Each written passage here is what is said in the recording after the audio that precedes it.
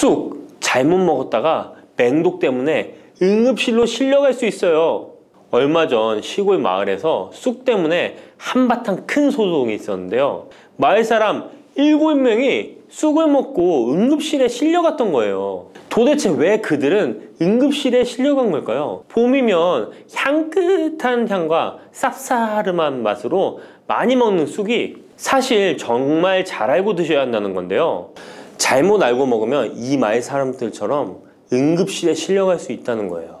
그럼 지금부터 쑥 드실 때 주의할 점, 그리고 쑥을 드시면 안 되는 분들, 쑥과 함께 드시면 안 되는 음식, 쑥의 효능, 쑥과 함께 드시면 보약이 되는 음식에는 어떤 것이 있는지 쑥 건강하게 먹는 방법까지 알려드릴게요. 우리나라에 자라는 쑥의 종류가 40종이 넘고 쑥과 비슷하게 생긴 독초도 있어 채취 시 주의해야 합니다. 먼저 오초라는 독초가 있는데 쑥과 비슷하여 해마다 오초를 섭취하고 병원에 실려오는 환자들이 있습니다. 이 오초는 조선시대에는 사약을 만들 때 사용할 정도로 맹독을 가지고 있습니다. 많이 자랐을 때는 쑥과 어느 정도 구분이 되지만 어린 잎인 새수는 쑥과 너무 비슷해서 이런 사고가 자주 발생하게 됩니다. 그리고 쑥은 아무 데서나 채취해서 드시면 안 되는데요. 그 이유는 바로 중금속 때문입니다. 도심이나 하천, 도로변에서 채취한 쑥에서는 기준치 이상의 발암물질인 중금속이 검출되고 있어 쑥을 채취할 때는 각별히 주의하시고 웬만하면 안전하게 재배하여 판매되는 쑥을 드시는 것을 권장합니다. 또한 쑥 자체에서도 독성이 있어 주의가 필요한데요. 소화기관이 약한 사람이 과하게 섭취할 경우 복통, 설사 등의 문제가 발생할 수 있습니다. 임산부가 쑥을 드시면 자궁수축을 유발하여 조산이나 유산의 위험을 증가시킬 수 있습니다. 쑥의 독성은 봄에 채취할 때보다 여름에 채취한 싹에서 강하게 나타나게 됩니다. 쑥의 독성으로 인해 알레르기를 일으킬 수 있는데 재채기, 콧물, 눈물이 나며 두드러기, 복통의 증상이 나타날 수 있으며 심하면 호흡곤란이 생길 수 있습니다. 평소에 복숭아, 사과, 해바라기 또는 국화와 식물로 인해 알레르기 반응을 일으키는 분들은 특별히 주의하셔야 합니다. 몸에 열이 많은 분들도 쑥을 함부로 드시면 안 됩니다. 쑥이 몸에 좋다고 하여 계피, 대추 또는 각종 야채를 넣어 차를 끓여 드시기도 하고 물 대신 드시거나 쑥즙을 내어 드시는 분들이 계신데요. 평소 몸에 열이 많은 분들은 절대 이렇게 드시면 안 됩니다. 한의학에서 생쑥은 따뜻하고 익힌 쑥은 뜨겁고 매운 성질을 가지고 있는 식물이라고 합니다. 몸에 열이 많은 분들이 쑥을 저렇게 드시면 몸에 지나치게 많은 열이 발생해 특히 가슴과 머리 쪽으로 올라가게 되는데 이 열로 인해 혈압이 올라가고 심장병의 원인이 될 수도 있습니다. 이런 쑥을 드실 때는 함께 먹는 음식도 중요한데요. 절대로 함께 드시면 안 되는 음식은 우유입니다. 요즘 쑥을 이용해 케이크도 만들고 음료로 쑥 라떼 같은 것도 인기가 높은데요. 쑥의 효능들이 우유와 함께 먹으면 전부 사라지게 되는데요.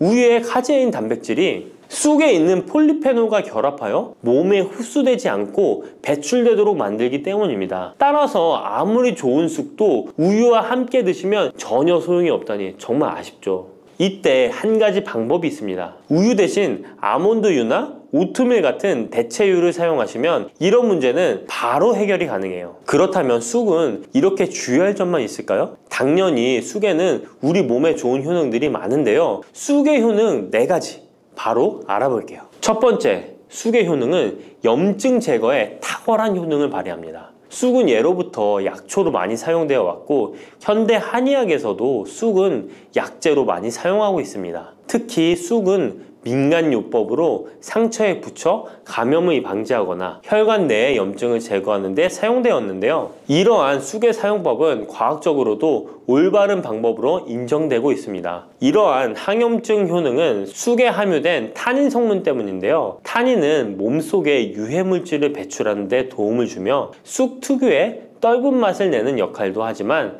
항염, 항알러지 작용으로 아토피와 같은 알러지 체질을 개선하는 데 도움을 주기도 합니다. 그리고 혈액 정화 작용을 해주는 클로로필 성분이 풍부하여 혈관 내에 나쁜 콜레스테롤을 흡착하여 배출해 주어 혈액순환을 원활하게 해줍니다. 이뿐 아니라 클로로필은 혈액 내에 해로운 병균을 제거해주는 백혈구의 수를 늘려 염증을 억제하는 데 탁월한 효능을 발휘해 줍니다.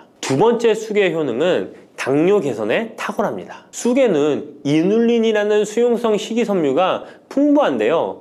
이 성분은 장에서 포도당의 흡수를 느리게 만들어 식후의 혈당이 급격히 오르는 것을 예방해 줍니다. 건강한 성인을 대상으로 한 최근의 한 연구에서는 이들이 쑥 추출물을 먹고 난 후에 식후 혈당이 눈에 띄게 낮아진 결과를 확인할 수 있었습니다. 그리고 클로로겐산이라는 성분이 많아 간에서는 포도당의 합성을 억제하고 근육에서는 포도당의 이용을 촉진해서 혈당 조절에 큰 역할을 해준답니다. 실제 연구에서도 클로로겐산은 공복 혈당과 당화혈색소가 크게 낮아지고 인슐린 감수성이 높아진 사실도 밝혀졌습니다. 그런데 이 두 가지 성분보다도 훨씬 더 중요한 것이 있는데요. 그것은 바로 시네올입니다. 시네올이 혈당 조절에 결정적인 역할을 하는데요. 췌장의 베타세포를 자극하여 인슐린 분비를 촉진시키며 말초 조직에서는 인슐린 감수성을 높이는 역할을 합니다. 시네올 말고도 쑥에는 이눌린, 클로로겐산, 폴리페놀 등 여러 생리활성 물질들이 복합적으로 작용해서 당뇨를 개선하는 효과를 나타내는 것이랍니다. 세 번째 쑥의 효능은 몸을 따뜻하게 해주는 역할입니다. 당뇨 개선에도 도움을 주는 시네올은 특유의 향을 내며 몸을 따뜻하게 해주는 효과가 있습니다. 시네올은 혈액순환을 촉진하고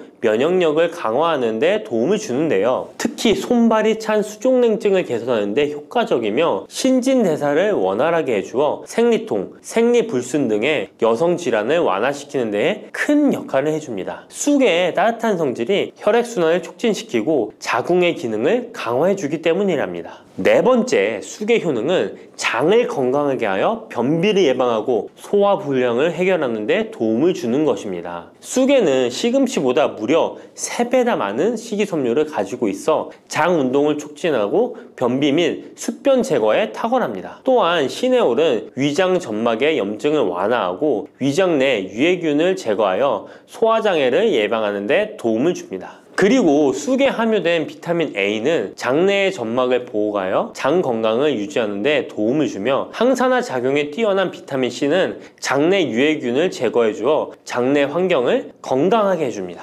평소 소화가 잘 되지 않는 분은 쑥을 섭취하셔서 답답하고 더부룩한 증상을 해결하면 정말 좋겠죠? 근데 쑥을 드실 때 쑥만 드시는 게 아니잖아요. 다른 음식들과 같이 드시는데 쑥도 궁합이 맞는 음식이 따로 있다는 거 아시나요? 이렇게 몸에 좋은 쑥도 함께 드시면 보약이 되는 찰떡궁합 음식이 있습니다. 쑥과 함께 드시면 보약이 되는 첫 번째 음식은 쌀입니다. 쑥하면 생각나는 음식이 쑥떡 아닌가요? 어릴 적 쑥개떡을 맛있게 먹었던 기억이 있는데요. 쑥떡은 우리나라 사람들에게 사랑받는 음식입니다. 많은 분들이 나이가 들며 당뇨도 많이 생기고 혈당이 오르는 것을 염려하여 쌀밥을 줄이시는 경우가 많이 있는데요. 쌀은 우리 식단에서 빼놓을 수 없죠. 쌀은 70% 이상이 녹말로 구성되어 있어 우리 몸에 필요한 에너지를 제공하는 핵심 원료입니다. 이 녹말은 우리 몸에 거의 완벽하게 흡수되는데요. 쌀에는 6% 이상의 단백질도 함유되어 있어 근육에 필요한 활력과 에너지를 보충해주는 역할도 합니다. 하지만 쌀에는 지방,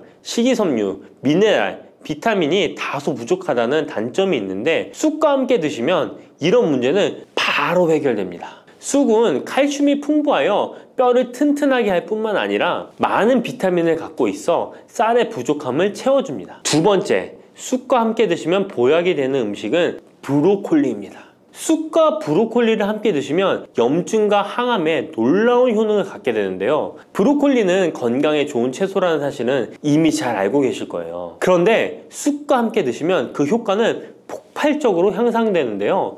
우선 철분의 흡수율이 2배 이상 높아집니다. 특히 철분이 부족한 산모뿐만 아니라 모든 연령대의 여성들에게 좋은 식품이 됩니다. 그리고 서로의 무기질과 비타민의 구성이 좋아 염증 해소에 정말 대단한 시너지 효과를 발휘하게 되는데요. 혈액이 산성화되어 염증이 생기는 것을 원천 차단해주고 세균에 대한 저항력도 길러주어 최고의 항암식품이 된답니다. 쑥과 브로콜리의 식이섬유가 함께 작용하면 놀라운 효능을 발휘합니다. 쑥에는 아테미신산이라는 식이섬유가 풍부한데 이 성분이 간에서 중성지방의 제사를 원활하게 하는 데 도움을 줍니다. 이렇게 되면 지방간도 해결되며 몸에 지방이 저장되는 것을 막아주어 다이어트와 붓기 제거, 특히 뱃살 제거에 탁월합니다. 세 번째, 쑥과 함께 드시면 보약이 되는 음식은 계란입니다. 쑥과 함께 계란을 드시면 나이가 들면 많이 생기는 신경통과 손발 저림 증상을 해결할 수 있습니다. 특별히 여성들에게 도움이 많이 되는데요. 쑥의 따뜻한 성질로 인해 혈액순환이 잘 되고 몸의 붓기와 독소를 제거해주는 효과가 좋아 신경통, 저림 같은 증상을 진정시키는데 놀라운 효능을 발휘하는 것입니다. 계란의 단백질과 쑥이 만나 근육을 단단하게 만들어줍니다. 계란에는 단백질과 항산화 성분이 풍부하지만 비타민C가 부족한데 쑥에 많은 비타민C가 있어 계란의 부족한 부분을 채워줍니다. 쑥의 칼륨과 미네랄은 혈액 속에서 세포의 균형을 지켜주고 폐를 정화하여 폐 질환도 완화시켜줍니다. 또한 골다공증과 같은 뼈 질환을 예방해주기도 합니다. 그리고 쑥과 계란을 함께 드시면 뇌 건강에도 좋은데요. 계란의 콜린과 쑥의 비타민이 함께 기억력과 인지 능력을 향상시켜주고 뇌세포를 보호하여 치매를 예방해줍니다. 네 번째, 쑥과 함께 드시면 보약이 되는 음식은 콩나물입니다. 콩나물과 쑥은 식이섬유와 필수 아미노산이 풍부하여 소화 기능을 강화시키는데 탁월한 시너지를 발휘합니다. 콩나물에는 다양한 비타민과 미네랄이 풍부하여 자연적인 비타민 보충제 역할을 합니다. 콩나물에는 지방이 적지만 이를 쑥과 함께 섭취함으로써 체내의 염증을 줄이고 면역력 강화에 필요한 비타민C와 비타민 E를 보충할 수 있습니다. 쑥과 콩나물을 함께 드시면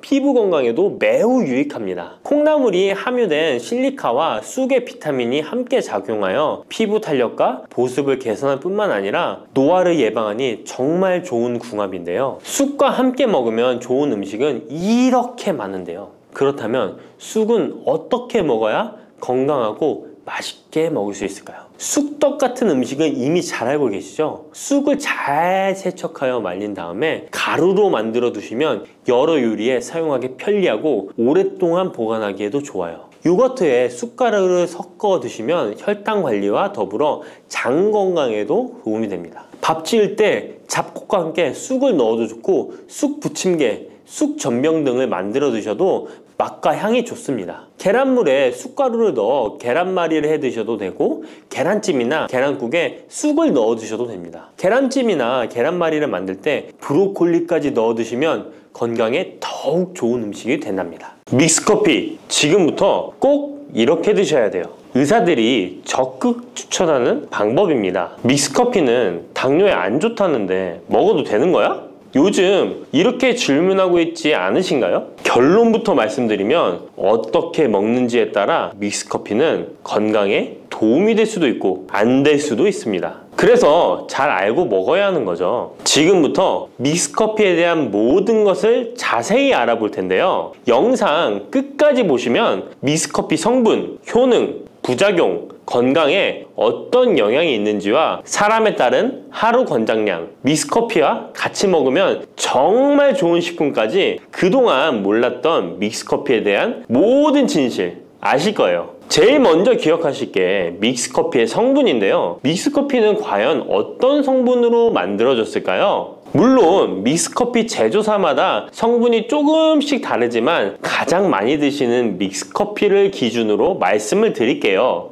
믹스커피 성분 첫 번째는 프림입니다. 프림의 원료는 코코넛의 속살인데요. 코코넛 과육에서 채취한 식물성 지방을 분말로 만들어서 믹스커피의 프림으로 사용하는 것입니다. 근데 이 프림이 지방이니까 몸에 안 좋고 콜레스테롤 수치를 높인다 하는 분들도 있고 식물성 지방이라서 오히려 몸에 괜찮다 하는 분들도 있는데요. 어떤 게 맞는 걸까요? 정확히 말하자면 프림에 들어있는 지방은 코코넛에 추출한 식물성 지방이 맞긴 하지만 콜레스테롤을 대놓고 올리는 나쁜 포화지방이 맞습니다. 그런데 여기서 기억하셔야 할 것이 있는데요. 프림에 사용되는 주요 성분인 야자유는 중쇄지방산으로 일반적인 포화지방산과는 조금 다릅니다. 이 중쇄지방산은 일반적으로 체내에서 빠르게 흡수되어 에너지원으로 전환됩니다. 또한 일반적인 포화지방산과는 다르게 심혈관 건강에 악영향을 미치지 않고 소화에도 도움을 줄 수 있는 지방산이에요. 또한 믹스커피 프림에 들어있는 포화지방산은 그 양이 완전히 적다는 것입니다. 요플레 하나 정도에 들어가 있는 양이라고 할 수 있죠. 요플레는 건강을 위해 드시잖아요. 결국 믹스커피에는 몸에 안 좋은 포화지방산이 들어있지만 소량이라서 콜레스테롤 수치에 영향이 하루 한 잔 정도로는 매우 크게 좌지우지할 수 없다고 할 수 있습니다. 그리고 콜레스테롤에 대한 것도 잘 아셔야 하는데요. 우리가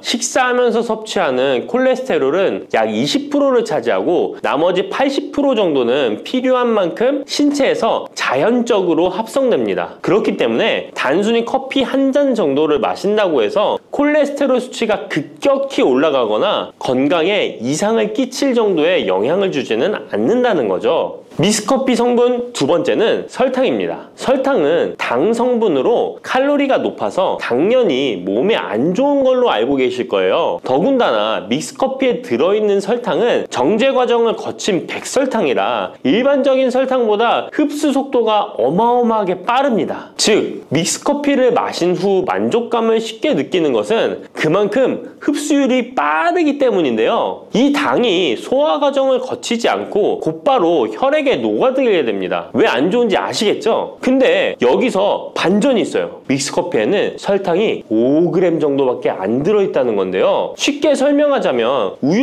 200ml 한 잔이 칼로리가 135칼로리 정도 되고요. 단순당 함량은 10g 정도 됩니다. 그리고 콜라 한 캔의 칼로리는 100칼로리 정도 되고 단순당 함량이 27g 정도 됩니다. 그리고 요구르트는 큰 거 말고 작은 요구르트도 칼로리가 45칼로리에 단순당 함량도 9g 정도 되는데요. 그렇다면 믹스커피 한 잔에 들어있는 칼로리는 얼마나 될까요? 믹스커피 한 잔에는 칼로리가 50칼로리 정도 들어있고요. 단순당은 6g 정도 들어있어요. 칼로리를 먼저 보자면 작은 요구르트 한 병 정도 수준인 거예요. 콜라랑 비교해봐도 콜라 절반 정도 수준이고 우유 200ml 한 잔하고 비교하면 3분의 1 정도 되는 거예요. 우유는 건강에 좋다고 드시는 경우가 많은데 칼로리로만 보면 믹스커피가 더 좋아 보이죠? 물론 칼로리만 비교할 수는 없겠죠. 그 다음에 단순당을 한번 비교해 볼게요. 단순당이 믹스커피 한 잔이 5g인데 작은 요구르트랑 비교해도 절반 정도 수준이고 콜라 한 캔이랑 비교하면 6분의 1 정도 수준이에요. 그리고 우유 200ml랑 비교해도 절반 수준인 거죠. 이렇게 비교하면 요구르트나 우유, 콜라 절대 먹지 말아야 하는 거 아니야? 이렇게 생각하실 수 있는데 그게 아니고요. 믹스커피가 그만큼 칼로리와 단순당이 생각하시는 것보다는 적다는 거예요. 칼로리와 단순당이 높으면 당연히 몸에 안 좋을 수 있는데 생각하시는 것처럼 믹스커피에 많지 않고 적응량이니 하루에 5잔, 6잔씩 매일 꾸준히 드시는 거 아니면 심각한 질환을 초래할 만큼 영향을 끼치지는 않습니다. 그러면 하루에 몇 잔까지 먹는 게 괜찮을까요? 일단 당뇨가 있거나 당이 높으신 분들은 하루 한 잔 정도가 적당한데요. 식후 3시간 정도 후에 드시는 걸 추천드립니다. 그리고 당 체크를 계속 하시니 당 수치가 높지 않으시면 2잔 정도까지 드셔도 괜찮으실 거예요. 당뇨가 없으신 일반인 분들은 하루에 2잔에서 3잔까지도 상관이 없으시고요. 그렇다고 이를 매일매일 드시는 것은 적은 양이라도 몸속에 쌓이기 때문에 그리 좋지는 않다는 거 다들 알고 계시죠? 그래도 건강을 위해 미리 예방하는 차원에서 식후 바로 드시지 마시고 2시간 정도 후에 드시면 좋습니다.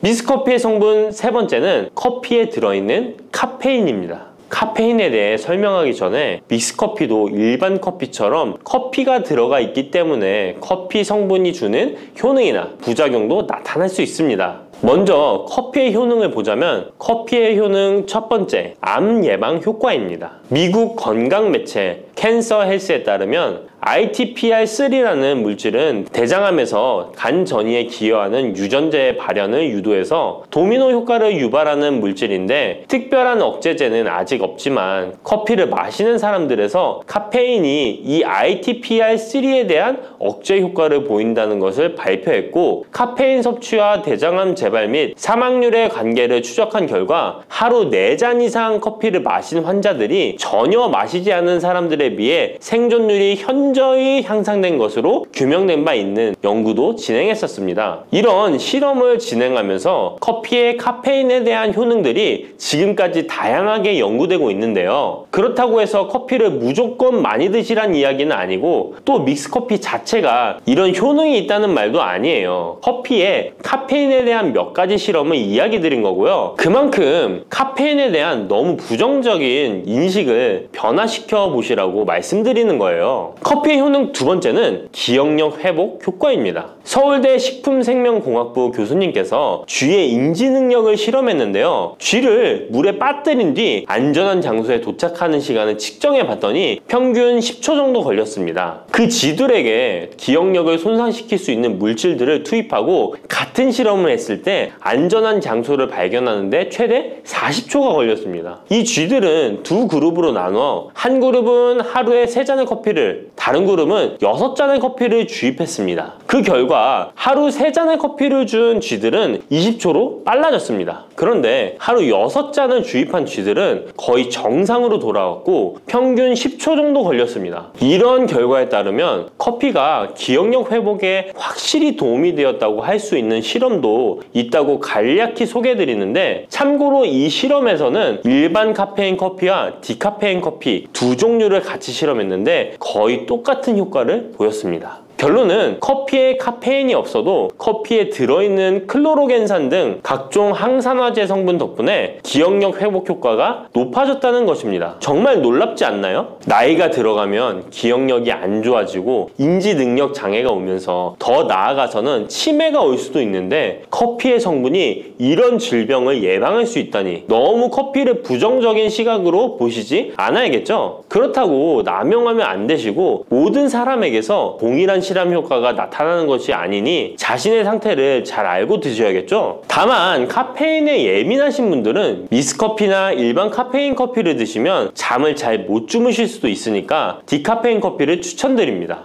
그리고 역류성 식도염, 위염 같은 위장 질환이 있으신데 커피는 드시고 싶은 분들은 될 수 있으면 디카페인 커피를 드시면 되겠죠? 커피의 효능 세 번째는 혈당 조절 효과입니다. 전 세계적으로 대사증후군을 앓고 있는 사람이 10억 명이 훨씬 넘는다고 하는데요. 이처럼 많은 사람들이 모든 질병의 근원이라고 불리는 대사증후군을 가지고 있습니다. 최근의 연구들은 커피가 대사증후군의 발병 위험을 감소시킨다는 것을 보여주고, 대사증후군의 발병 위험률을 감소시킨다는 것을 보여주고 있는데요. 커피에 대한 매우 흥미로운 연구 논문을 소개하겠습니다. 이 연구는 하루에 5잔의 카페인을 마신 사람들과 카페인이 없는 커피를 마신 사람들을 비교했습니다. 카페인 커피를 마시는 사람과 카페인 없는 커피를 마시는 사람은 커피를 마시지 않는 사람에 비해 당 섭취 2시간 후 혈당이 13.1%나 크게 떨어졌습니다.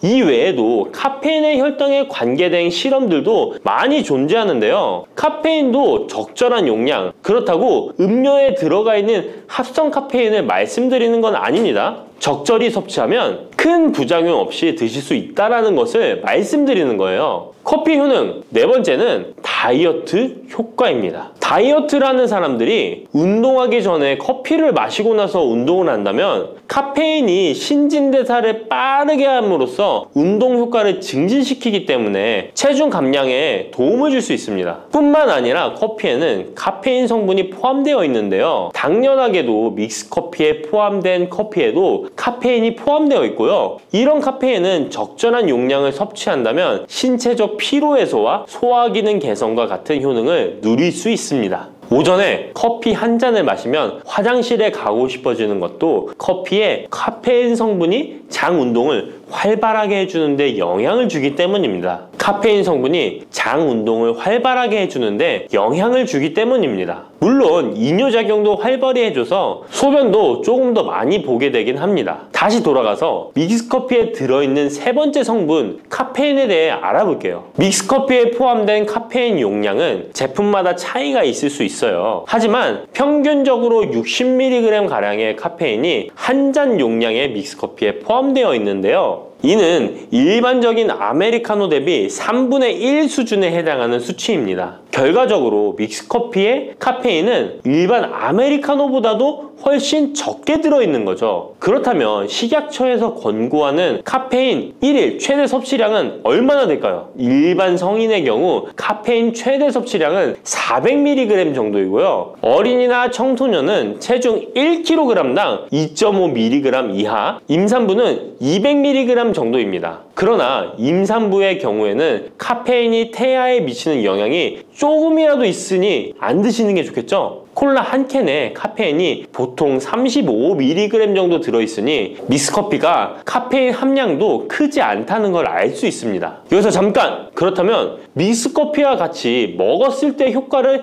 극대화시킬 수 있는 식품이 있을까요? 커피와 같이 먹으면 좋은 음식, 첫 번째는 강황입니다. 노란 빛깔의 강황가루를 넣은 커피를 골든 라떼라고도 부르고 있습니다. 강황이 몸에 좋다는 사실이 알려지면서 이미 미국과 유럽 등 전 세계적으로 엄청난 인기를 끌고 있는 새로운 종류의 커피 중 하나인데요. 강황에 함유된 커큐민 성분에는 강력한 항염 효과를 지니고 있어서 체내의 염증 유발 물질을 억제하며 암세포가 발생하고 증식되는 위험을 낮춰줍니다. 또한 우울증을 완화하는 데도 도움이 되며 기억력을 개선하고 치매를 예방하는 등의 다양한 효능을 가지고 있습니다. 강황 커피는 커피 한 컵에 강황 한 티스푼을 넣어 마시면 좋은데요. 강황 속의 커큐민은 우리 몸에 굉장히 흡수되기 어려운 성질을 가지고 있습니다. 그래서 세계적으로 유명한 원료 기업들은 각 기업마다의 커큐민 흡수율을 높인 특허 원료를 만들어내곤 하는데 간단하게 흡수율을 높일 수 있는 방법이 있습니다. 바로 후추입니다. 미국 텍사스 주립대학에서 실시한 연구 결과 강황의 커큐민은 후추의 페페린과 만나면 흡수율이 2000%까지 높아지는 것으로 나타났습니다. 강황 커피에 후추를 아주 살짝 넣어 드시면 건강 개선 효능을 높일 수 있으며 만약 향이 강하다고 느껴지신다면 우유를 조금만 넣어 드셔도 아주 좋습니다. 믹스커피와 같이 먹으면 좋은 음식 두 번째는 계피입니다. 커피에 계피를 넣으면 아주 향긋한 커피를 즐길 수 있어요. 후추와 정향에 이어 세계 3대 향신료 중 하나인 계피는 이미 수천 년 동안 약재로 사용되어 왔으며 여러 연구를 통해 계피의 다양한 효능이 입증되어 왔습니다. 커피의 원료 생산지인 멕시코에서도 커피에 시나몬 스틱을 넣은 커피를 즐겨 마신다고 합니다. 미국 당뇨협회가 발표한 연구에 따르면 제2형 당뇨병 환자에게 계피를 투여하자 혈당 중성지방 수치는 낮아지고 좋은 콜레스테롤 수치는 높아졌다고 해서 블랙커피에 계피 2분의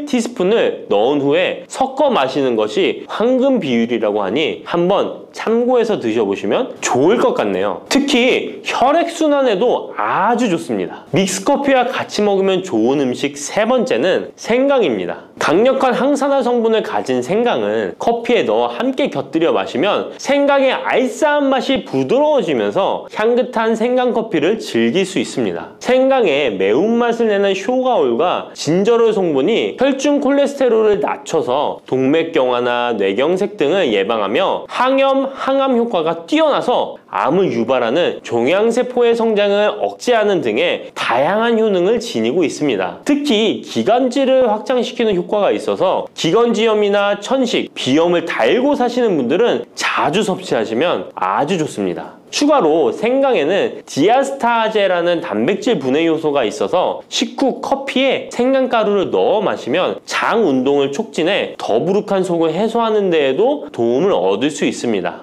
드시는 방법은 커피 한 컵에 생강가루 한 티스푼을 넣어 드시면 되고, 생강의 맛이 걱정되신다면 처음에는 조금씩 넣어서 서서히 맛을 익혀가는 것도 좋은 방법이라고 할 수 있습니다. 제가 말씀드린 방법이 무조건 믹스커피를 먹어라 먹지 말아라 하는 말은 아니고, 믹스커피에 대한 오해와 건강을 걱정하시는 분들께 어떤 식으로 먹으면 조금이나마 건강에 대한 걱정을 덜게 만들어 줄까 하는 의문에서 시작한 것이기 때문에 오해 말고 편안하게 들어주시면 좋겠습니다. 여러분 안녕하세요. 반갑습니다. 저는 현재 운동센터를 운영하고 있는 박경우 트레이너라고 합니다. 반갑습니다. 사각근이라고 하는 근육은요, 목에 있는 근육 중에 하나인데요, 정확하게 말씀을 드리자면 목이라고 하는 경추에서부터 시작해서 갈비뼈까지 붙어있는 근육입니다. 그러면 그 근육은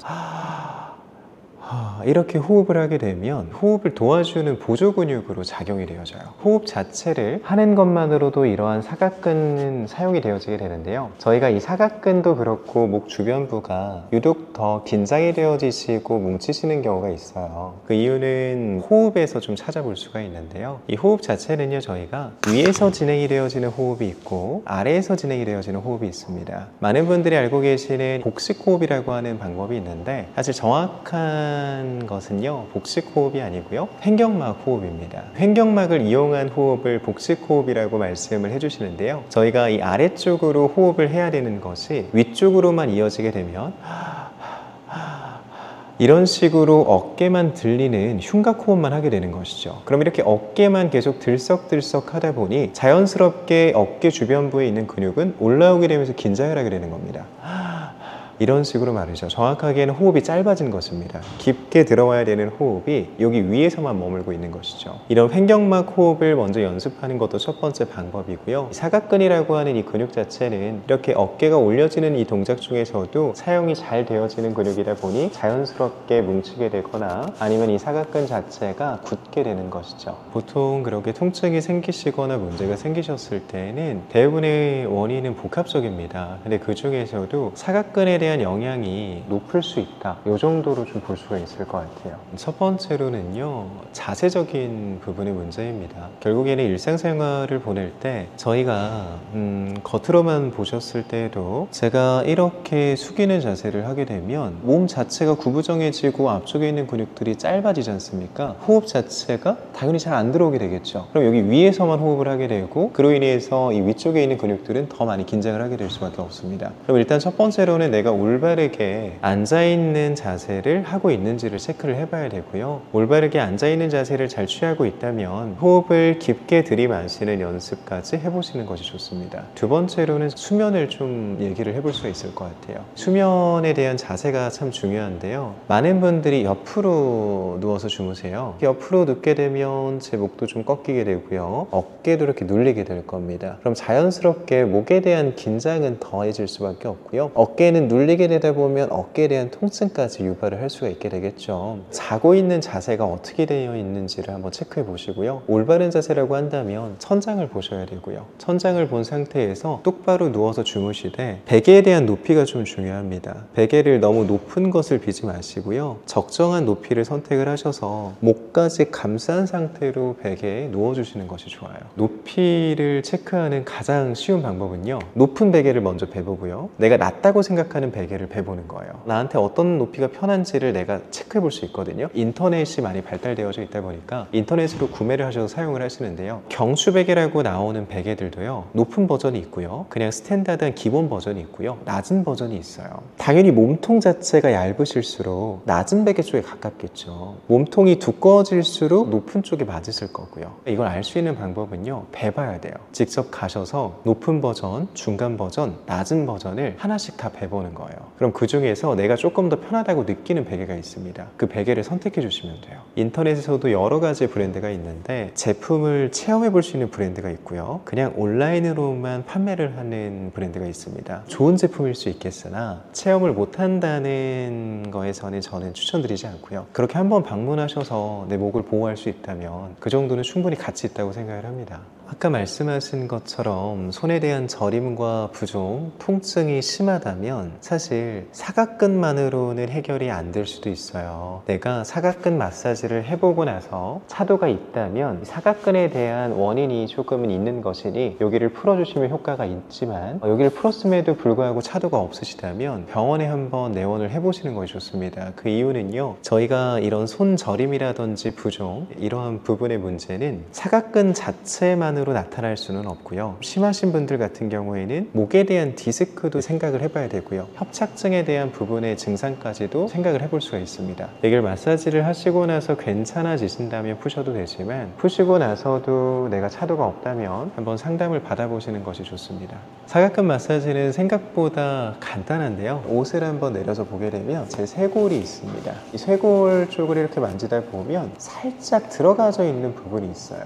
이 부분을 저희가 손가락으로 가볍게 눌러서 살짝씩 문질러 주시는 거예요. 문질렀는데 통증이 없으시다면 이 손가락의 위치를 조금 더 이동시킵니다. 옆쪽으로 이동시켜서 그대로 눌러주시고 이 자리엔 통증이 있다. 그럼 통증이 있는 자리를 15번에서 20번 정도를 마사지를 해주시는 거예요. 중요한 것은 압력 자체가 약해서는 안 됩니다. 손가락이 어느 정도는 들어갈 수 있게 힘을 주시고 그 상태에서 눌러봤을 때 통증의 유무를 판단하셔야지, 누른 상태에서 내가 가볍게 눌러놓고 통증 없는데 라고 하신다면 잘못 촉진하고 계신 거예요. 내가 눌렀을 때 통증이 없다면 약하게 누르고 있을 가능성이 높아요. 그러면 통증이 강할수록 좋나요? 라고 하실 수 있는데 그렇지는 않아요. 통증 자체가 있기는 하지만 견딜만 하다 하는 압력으로 누르셔서 15번에서 20번 정도를 눌러주시는 거예요. 조금 통증은 있지만 이 정도는 견딜만 하다 하시는 강도로 누르셔서 15번에서 20번 정도 마사지를 해주십시오. 좋지 않은 자세를 일상생활에서 계속 유지하신다면 마사지라든지 스트레칭 혹은 조금 더 넘어가서 교정 운동들은 무용지물이 될 수가 있습니다. 일상생활을 보내는 시간은 못해도 8시간에서 10시간의 바깥 생활을 하게 됩니다. 운동하는 시간은요, 보통 길게 가져가도 1시간이거든요. 그 다음에 더 나아가서 이런 마사지 동작들은요 1, 2분이면 끝납니다. 일상생활에서 내가 불균형 자세를 계속 유지하고 계신다면 마사지나 운동이 크게 도움이 되지 않는다는 것이죠. 바른 자세를 유지하는 것이 가장 중요합니다. 그리고 바른 자세를 유지하시면서 꼭 하셔야 되는 것은 정적인 자세를 오래 유지하시면 안 됩니다. 고정적인 자세를요 1시간 이상 가져가는 것은 좋지 않습니다. 올바른 자세를 유지했다라고 하더라도 1시간 정도 지나면요 일어나십시오. 스트레칭을 해도 되고요, 아니면 잠깐이라도 살짝 걸어주시면 됩니다. 그리고 그 전에 말씀드린 것처럼 수면 자세 참 중요합니다. 잘 때 올바르게 회복하지 못하고 불균형한 자세로 잠을 청하게 되면 회복도 잘 안 되게 되고요, 목은 목대로 경직이 되고 어깨는 어깨대로 눌리게 됩니다. 근육 자체가 굳지 않으려면요 근육을 움직이는 수밖에 없습니다. 근육이 움직여야 굳지 않고 경직이 되지 않는 것이거든요. 운동의 종류의 형태라고 한다면 무엇이든지 다 괜찮으니까요, 직접 체험해보고 경험해보면서 나에게 맞는 운동을 선택을 해보십시오. 수영도 괜찮으실 거고요, 필라테스가 잘 맞으시는 분들도 있을 거고요, 요가가 잘 맞으시는 분들도 있을 거예요. 일단 운동을 먼저 시작해보시는 걸 추천드립니다. 안녕하세요. 우유를 평생 안 드시다가 어느 70세, 80세 돼서 갑자기 드시는 분은 안 계실 거예요. 그죠? 네. 그래서 뭔가 우유에 대한 내가 노출되었던 마셔보았던 경험치라는 게 개개인마다 다를 수가 있는데요. 우유를 드시고 조금 불편해라고 하시는 분은 그냥 한마디로 딱 우유 먹으면 더부룩해, 소화가 안 돼 라는 표현을 하시는 분들이 많으시거든요. 그래서 그런 증상이 내 개인적으로 과거에도 있었고 지금도 가끔 우유 마시면 그런 증상이 있다면, 혹은 우유가 들어간 음료, 예를 들면 라떼 이런 걸 먹었을 때 그런 증상이 있다면 그분은 우유 자체가 조금 소화하기 힘드신 분일 수도 있죠. 그러면 우유랑 함께 먹으면 네. 소화에 부담을 줄 수 있는 음식이 혹시 있을까요? 저지방, 무지방 우유가 아니고서는 우유 자체는 단백질도 되게 많고 지방 함량도 높은 음식이에요. 그래서 우유를 드실 때 무엇을 같이 먹느냐에 따라 똑같은 우유라도 소화가 오늘 좀 유독 불편한데 라는 생각을 하시게 될 수도 있는데요. 위에 머무는 시간이 긴 음식, 예를 들어서 빵이랑 우유를 같이 먹는 경우도 많잖아요.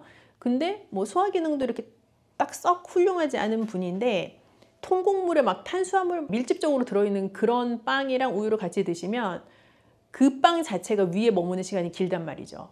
그렇게 우유랑 드시게 되면 조금 힘들 수가 있어요.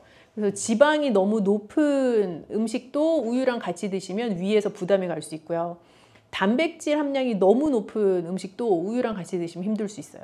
그러면 고기랑은 절대 안 어울릴 수도 있겠네요. 그렇게 생각하셔도 되죠. 우유랑 고기를 동시에 드시는 거는 소화기관 위 입장에서는 부담이 되죠. 그 부담을 줄 수 있는 것 중에 하나가 좀 가스가 찼을 때도 그럴 수 있잖아요. 그쵸. 가스가 찬다 하면 사실 이제 위의 문제라기보단 장애 이슈인 경우가 더 많은데요. 위는 내가 음식을 입으로 섭취해서 식도를 따라 넘기고 나면 첫 번째로 만나는 소화기관이 이제 위의 역할은 강력한 위산을 분비를 해서 단백질을 소화시켜 나가는 게 이제 위의 본연의 기능이에요. 그래서 위에 체류하는 시간이 긴 음식이라는 것은 단백질 함량이 아주 높거나 혹은 지방 함량이 높은 것들이 이제 위에 체류하는 시간이 일반적으로 긴데, 그런 음식을 우유랑 같이 먹게 되면 위산의 역할이 적정하게 이루어지지 않은 상태에서 계속 위에 체류하는 시간이 길어지니까 더부룩하다라는 느낌을 갖게 되는 것이고, 우유를 찬 성질의 식품과 같이 먹었을 때는 이제 하복부에서 가스가 찬다는 느낌 받으실 수가 있죠. 그래서 그 위가 무겁고 더부룩한 거랑은 좀 살짝 다른 느낌일 수 있어요. 그 과일이랑은 조합이 괜찮아요? 과일이랑도 별반입니다. 왜냐하면 우유에 있는 성질과 우리가 예를 들어서 시트러스 계열, 뭐 신맛이 많이 나는 감귤류, 뭐 이런 거를 같이 먹게 되면 우유 자체는 그 산성 성분이랑 만났을 때 약간 유막을 형성하면서 굳는 형태를 보이게 돼요. 우리가 그걸 커드라고 부르는데, 그런 커드를 형성하게 되는 형태로 위에 머물게 되는 시간이 이제 생길 수 있는 거예요. 그래서 우유랑 산성 성질이 높은 과일은 궁합이 별로 좋지 않아요. 그리고 찬 성질을 내는 과일과 우유를 함께 먹는 것도 썩 좋지는 않습니다. 우유는 어느 것과도 좀 조합이 안 좋을 것 같은데. 잘 익은 바나나를 우리가 쉐이크를 만들 거다라고 하면 우유랑 같이 넣어서 갈아서 드시기도 하시잖아요. 그건 맛도 괜찮고 또 뭐 딱히 내 소화기관을 주는 형태의 조합도 아니고요. 그 조합에 연두부를 넣어서 같이 가셔도 돼요. 그러면 네, 두부에 있는 단백질도 섭취하면서 아까 단백질이랑 같이 먹으면 위에 머무는 시간이 길다고 하지 않았나? 근데 이 쉐이크, 연두부라는 것으로 만들어진 쉐이크는 이미 많이 갈아진 상태, 부드러운 상태이기 때문에 위에서 뭐 그렇게 크게 분해할 일이 많이 없어서 닭고기와 우유를 같이 먹는 것처럼 내 위에 부담을 주진 않아요. 그래서 그런 류의 페어링은 나쁘지 않고, 뭐 삶은 달걀과 우유를 같이 먹는 것도 나쁘진 않습니다. 그거는 아주 과량의 단백질이나 조직이 단단하게 형성되어 있는 단백질을 먹는 것은 아니기 때문에 그런 조합도 괜찮아요. 보통 아침에 좀 네. 뭐 먹을 때 보면은 토스트, 계란 이렇게 해가지고 우유랑 같이 먹는 경우도 있잖아요. 근데 이제 흰빵을 토스트해서 드시는 경우가 이제 많으실 것 같은데, 이제 그런 흰 식빵 같은 경우는 탄수화물이 아주 밀도 있게 들어있는, 예를 들어 호밀빵 같은 거랑은 또 조금 달라요. 그래서 그거는 위 내에서 좀 부드럽게 넘어갈 수 있는 조직감이기 때문에 우유랑 같이 드셔도 크게 본인이 부담을 느끼지 않는다면 괜찮고요. 조직감이 아주 딱딱한 그런 빵이랑 우유를 아침에 드시게 되면 조금 부대낀다라는 생각이 드실 수 있죠. 보통 우유를 먹을 때 그 상식적으로 매운 음식 먹을 때도 우유를 좀 같이 먹잖아요. 자극적인 조합이죠. 매운 음식을 먹어서 내가 불편함을 느끼기 때문에 우유 혹은 쿨피스 이런 거 찾으시는 건데, 내가 매운 음식을 먹었을 때 그 자극성 자체가 내 위 점막에서 느껴진다라는 의미로 해석을 할 수가 있거든요. 그럴 때 이제 우유를 먹게 되면 약간 산성기를 중화시켜주는 형태이기 때문에 편안함을 느끼실 수 있지만, 한편으로는 뭐랄까요, 상처 난 거를 또 다른 걸로 덮는 형태이기도 한 거예요. 그래서 실제 소화의 과정에 있어서는 조금 부담을 가중시키는 행위일 수도 있어요. 근데 이것도 매운 것에 대해서 견디는 역치 자체도 개인차가 있는 것처럼, 매운 거 뒤에 우유를 먹었어. 어떤 분은 너무 괜찮죠. 우유의 효과라는 게 있을 수 있다고 생각하시지만, 어떤 분은 그렇게 드시고 나서 바로 화장실로 달려가시는 분도 있을 수 있거든요. 그래서 각자의 개인차는 분명히 존재할 수 있는 요법이죠.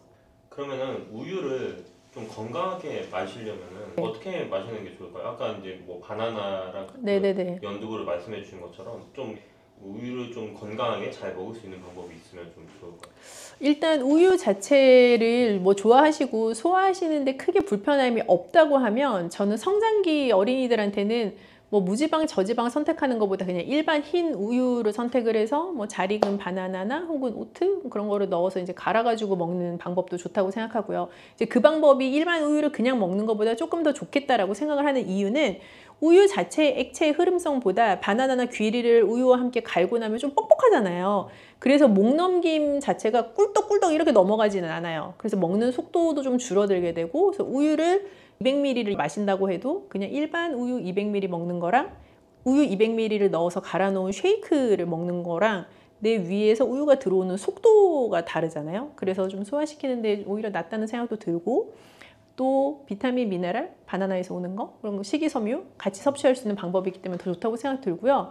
뭐 어르신들한테 추천을 드리고 싶은 방법은 이제 식사를 하시면서 일반 밥이 잘 안 넘어가니까 뭐 죽을 드셔서 조금 부드러운 식사를 하시고 싶거나 혹은 뭐 누룽지를 끓여서 드시거나 하는 류의 식사를 한 끼 정도 대용하시는 경우가 꽤 있단 말이에요. 근데 그런 류의 식사는 굉장히 탄수화물 편향적인 성격을 가지기가 쉬워요. 그래서 그런 식사를 뭐 한 끼 정도 드시는 분들은 죽을 끓일 때 물을 넣지 않고 우유를 넣어서 같이 끓이는 것도 괜찮아요. 그러면 조금 더 고소한 맛이 나기도 하고 우유가 가지고 있는 영양 성분도 같이 먹을 수 있기도 하고요. 근데 이렇게 들었을 때는 뭔가 상상이 안 나는데 우유로 죽을 만든다는 게. 타락죽이 우유로 만든 죽이잖아요. 어떻게 보면 아주 고급 음식이고, 서양 요리 중에 리조또라고 하는 것도 우유나 뭐 또 뭐 크림 베이스의 것들을 가지고 쌀알과 같이 끓인 거니까 비슷한 느낌일 수도 있죠. 그래서 우유를 물 대신 활용하셔서 죽을 끓이시는 것도 또 좋은 영양 밸런스를 가져갈 수 있는 방법이에요. 우유를 좀 건강하게 드시고 싶은 분들한테 마지막으로 좀 한마디 해주시면 좋을 것 같아요. 뭐 우유를 내가 여태까지 먹으면서 속 불편함 별로 없이 그냥 편안하게 즐기신 분들은 너무 차가운 우유를 공복에 드시는 극단적인 섭취 방법을 제외하고는 그냥 편하게 드셔도 좋을 것 같아요. 그런데 성장기 어린이들에게는 무지방, 저지방보다 일반 우유가 낫다라는 거는 저의 권고사항이고, 반대로 생각하면 점점 나이가 들어갈수록 저지방 우유 선택하시거나 무지방 우유 선택하시는 것도 하나의 방법일 수 있죠. 우유 먹으면 계속 배가 아파라는 증상을 여태까지 경험하셨던 분이라면 유당불내증이라는 증상을 가지고 계실 수가 있는데, 그 유당불내증을 가지고 계시다면 요즘은 그 락토즈 프리 우유들도 있어요. 그래서 락토 프리 우유 같은 거를 선택하셔서 드시는 것도 또 우유의 맛과 영양 성분을 즐기면서 배 아픈 것은 조금 줄여줄 수 있는 방법이 될 수 있죠. 우유를 먹어서 보통 배탈이 난다고 하는 건 이제 장이 좀 과민해져 가지고 설사를 하는 경우들이 많은데, 반대로 우유를 먹어서 소화가 안 된다는 사람들도 생각보다 제법 많던데. 아까 설명했던 거랑 약간 비슷한 개념이긴 한데, 우유를 먹어서 더부룩하다라는 느낌을 갖는 경우는 대부분 위에서 더부룩하다라는 느낌을 갖는 거고, 우유를 먹어서 가스가 찬다거나 뭐 설사가 난다라고 하는 경우들은 장에서 느껴지는 이제 증상인 경우가 많아서, 위와 장은 물론 연결되어 있는 하나의 튜브이기는 하지만 어떤 사람은 유독 위가 불편함을 많이 느끼고 어떤 사람은 좀 장 트러블이 많고, 이게 각각 가지고 있는 약점들이 다르잖아요. 소화기관 내에서 이제 그런 것들에 따라 작용을 느끼는 게 좀 다르기도 하죠. 그래서 어떤 분들은 평상시에는 뭐 우유 먹는 거 괜찮은데 뭐 컨디션 떨어진 날에 우유 먹으면 바로 화장실 간다, 이런 분들도 계시거든요. 경우에 따라서 좀 다르기도 하고요. 그러면 그게 우유만의 문제가 아니라 그냥 사람의 컨디션의 문제가 될 수도 있고. 그렇다고도 보여지고요. 그리고 우리가 어떤 음식이든 먹고 나면 그 음식을 소화시키는 데에는 반드시 소화효소라는 것이 필요해요.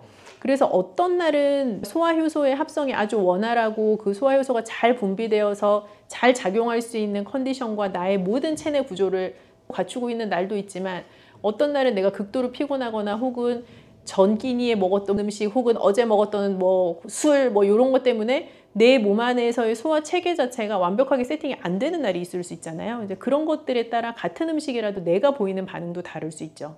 효소 같은 것도 좀 많이 드시는 편인데 그런 게 실제로 좀 도움이 많이 되나요? 뭐 제품의 종류와 무관하게 효소라는 제품 효과가 있습니다, 없습니다, 그렇게는 판단을 드릴 수가 없고요. 효소라는 것은 원래 내 몸 안에서 만들어지는 물질이에요. 그 효소라는 게 작용을 해서 어떤 특정한 영양소의 소화를 돕게 되기도 하는데요.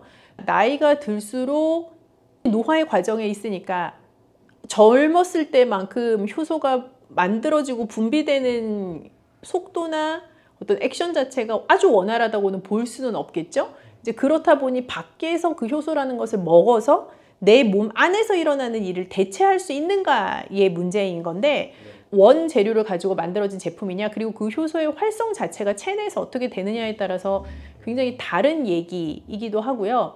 한편으로는 똑같은 제품을 먹어도 저 사람과 나의 효과가 다를 수 있어요. 특정한 제품이 모든 사람에게 동일한 긍정적인 목표하는 효과를 내는 것은 아니다라는 얘기로도 생각해 볼 수 있고요. 도움이 될 수도 있고 안 될 수도 있다라는. 맞아요. 네. 효소 같은 거를 먹으면 안 되는 체질이나 막 그런 게 존재할까요? 뭐 그렇다기보다는 어떤 분들은 이거 먹으면 좀 더 소화가 잘 되는 것 같고 뭐 좀 더부룩함도 줄어드는 것 같고 그게 위약 효과라고 하는 플라시보 효과일 수도 있고요. 또 진짜로 그런 효과를 경험을 하시는 분들이 있을 수도 있고요. 특별한 뭐 어떤 체질에 따라 결정되는 거라기보다는 각자의 몸이 받아들이는 정도 혹은 섭취하고 계시는 그 제품의 실질적인 효능에 대한 문제인 것 같아요.